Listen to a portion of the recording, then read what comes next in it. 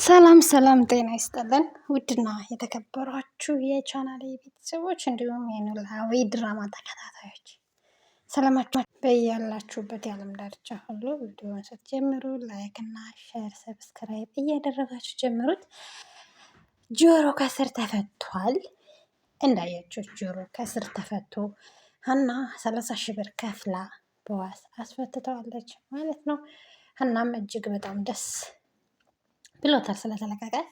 አባቷም ሀና እንዲያው አድርጓ ደስ ቢለውም ነገር ግን ያው እሱ ሰርቆ ስለሆነ እንትን ያለው ሰርቆ ነው ብሎ ስላሰበ አባትየው እጅግ በጣም ተናደውበታል ማለት ነው።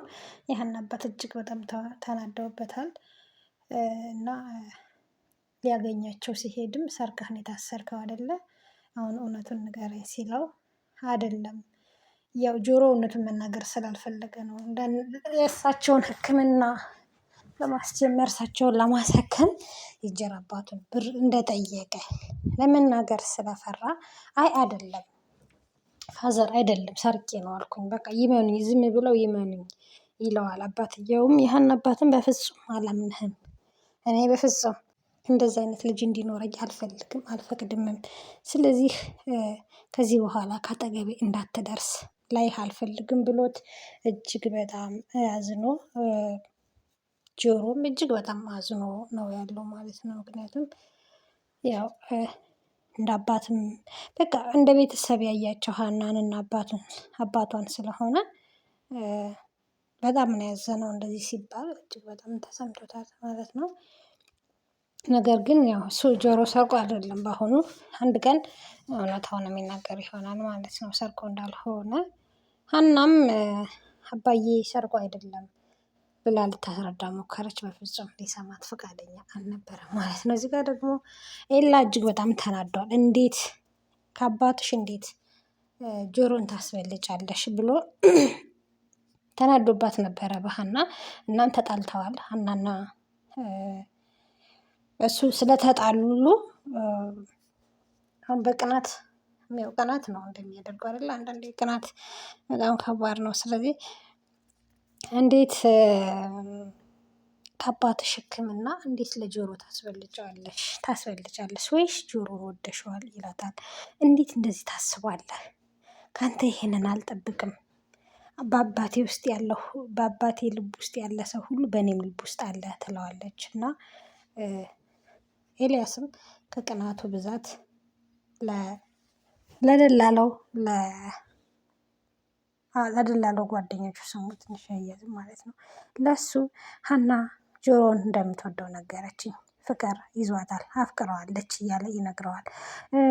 ደላላው አሁን ቢቀና በጆሮ ይቀናል ምናምን ብሎ እጅግ በጣም ሳቀበት። ምክንያቱም ያው ጆሮ እንደዚህ አይነት ነገር ውስጥ ጭራሽ እንደማይገባ አውቆ ነው። ነገር ግን ጆሮን ፍቅር ይዞታል።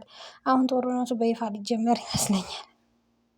እውነት ለመናገር ኤልያስ ያው ተሰምቶታል ይመስለኛል እንደሚወዳት፣ ጆሮ እንደሚወዳት ተሰምቶታል። እንዲሁ አውቋል ማለት ነው፣ እንደ ጠንቋይ በግምት አውቋል። ነገር ግን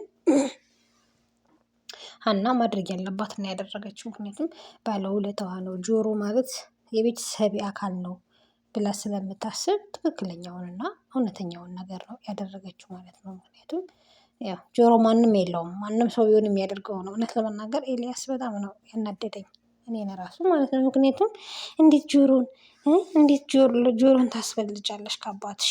ምን ችግር አለው? አባትየው ቁመው እየሄዱ ነው፣ ደግሞ ተሰክማቸዋለች። ምን ችግር አለው? እሱ በቃ ምንድነው ለአባቷ ማዝኖ ሳይሆን እንዴት ጆሮ ጋር ምን ያህል ቢቀራረቡ ነው፣ ምን ያህል ቢግባቡ ነው እንደዚህ የምታደርገው።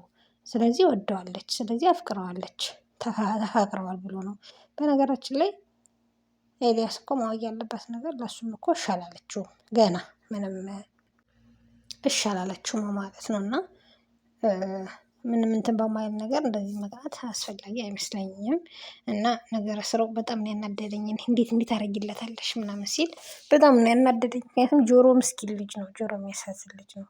ብታደርግለት ምን ችግር አለው? ሀናም እንደምታያት በርበሬ ነው የመሰለችው፣ በጣም ነው የተናደደችው። እና አለቃዋም እኔ እሰጥሻለሁ 30,000 ብሩን ታስፈችዋለሽ ብዬ ነበር እኮ ብላ ያው ልታስፈታላት ነበረ። እሷም አለቃዋም ምናሴ ስለነገራት የምናሴ እናት ልታስፈታላት ልትሰጣት ነበረ። ነገር ግን ሀና ከአባቷ ሕክምና ላይ አንስታ አስፈትታለች። እጅግ በጣም የሚደነቅ ስራ ነው ያደረግሽው ጎበዝ ሀንዬ።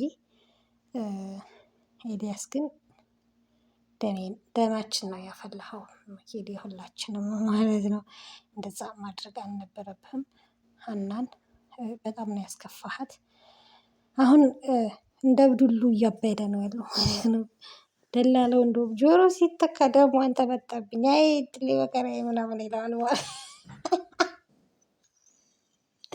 ይላል ማለት ነው። እና